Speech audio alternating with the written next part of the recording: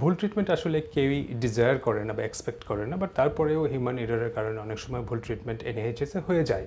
তো ভুল ট্রিটমেন্ট যদি হয়ে যায়, কেউ যদি ক্লিনিক্যাল নেগলিজেন্সের শিকার হয়, তাহলে যেটা মোস্ট ইম্পর্টেন্ট থিং সেটা হচ্ছে আপনি কিন্তু ভুল ট্রিটমেন্টের জন্য বা ক্লিনিক্যাল নেগলিজেন্সের জন্য ক্ষতিপূরণ চাইতে পারেন এনএইচএসের কাছে। আসলে কি পরিমাণে ভুল টেস্ট হয়ে থাকে?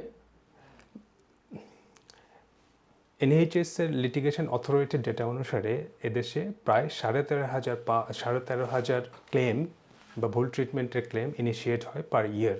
সো আমরা ধরে নিতে পারি যে অ্যাটলিস্ট 13,500 ভুল ট্রিটমেন্ট পার ইয়ার এনএইচএসের দ্বারা হয়ে থাকে। সো এটা বেশিও হতে পারে বা একটু কমও হতে পারে, অন অ্যাভারেজ পার ইয়ার এরকম একটা ক্লেম ইনিশিয়েট হয়।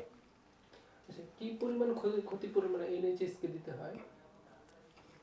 এনএইচএসের ক্ষতিপূরণ তাদের নিজস্ব ডেটা অনুসারে যেটা দেখি আমরা, সেটা হচ্ছে যে 1,000 পাউন্ড থেকে শুরু করে প্রায় কয়েক মিলিয়ন পাউন্ড পর্যন্ত ক্ষতিপূরণ তাদেরকে দেয়া লাগতে পারে। বাট অন অ্যান অ্যাভারেজে তারা বলছে যে প্রায় 50,000 পাউন্ডস ক্ষতিপূরণ দিতে হয়। এটা হচ্ছে একটা অ্যাভারেজ ফিগার। বাট এটাকে আপনারা কনফিউজ হয়ে যাবেন না যে এটাই পেয়ে যেতে পারেন কেউ ভুল ট্রিটমেন্টের ক্ষতিপূরণ হিসেবে। এটাকে ভ্যারি করে 1,000 থেকে 1 মিলিয়ন পাউন্ড পর্যন্ত বা কাপল অফ মিলিয়ন পাউন্ড পর্যন্ত কেউ ক্ষতিপূরণ পেতে পারে। কি ধরনের মেডিকেল ইস্যুতে বেশি নেগলিজেন্স হয়ে থাকে? আসলে যে কোনো ধরনের মেডিকেল ইস্যুতে নেগলিজেন্স হতে পারে বা ভুল ট্রিটমেন্টের শিকার হতে পারে কেউ। বাট তাদের ডেটা অনুসারে যেটা দেখা যাচ্ছে সেটা হচ্ছে যে আপনার ম্যাটারনিটি রিলেটেড যে সমস্ত ইস্যু আছে, সেখানে সবচাইতে বেশি আপনার ভুল ট্রিটমেন্ট হয় অথবা মানুষ ক্লিনিক্যাল নেগলিজেন্সের শিকার হয়। সো এককভাবে বলা যেতে পারে যে ম্যাটারনিটি অন টপে আছে ক্লিনিক্যাল নেগলিজেন্সের জন্য।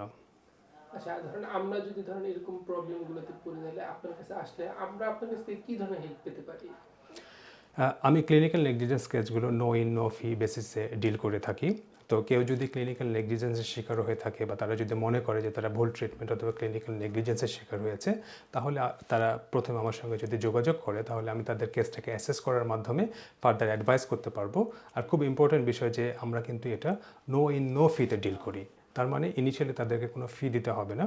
আমরা তাদের কেসটাকে অ্যাসেস করার পরে যদি দেখি যে এটাকে ফার্দার প্রসিড করার মতন কেস, তাহলে আমরা নো ইন নো ফি বেসিসে এই কেসগুলোকে ডিল করে থাকবো।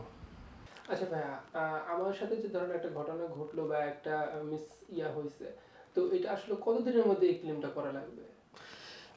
আপনি যদি ক্লিনিক্যাল নেগলিজেন্সের শিকার হয়ে থাকেন, তাহলে কিন্তু লিমিটেশন ল অনুসারে 3 বছরের মধ্যে আপনাকে ক্লেম করতে হবে। আর এই 3 বছরটা শুরু হবে যে আপনার ভুল ট্রিটমেন্ট হওয়া থেকে, অথবা আপনি যেদিন জানবেন যে আপনার ভুল ট্রিটমেন্ট হয়েছে সেদিন থেকে।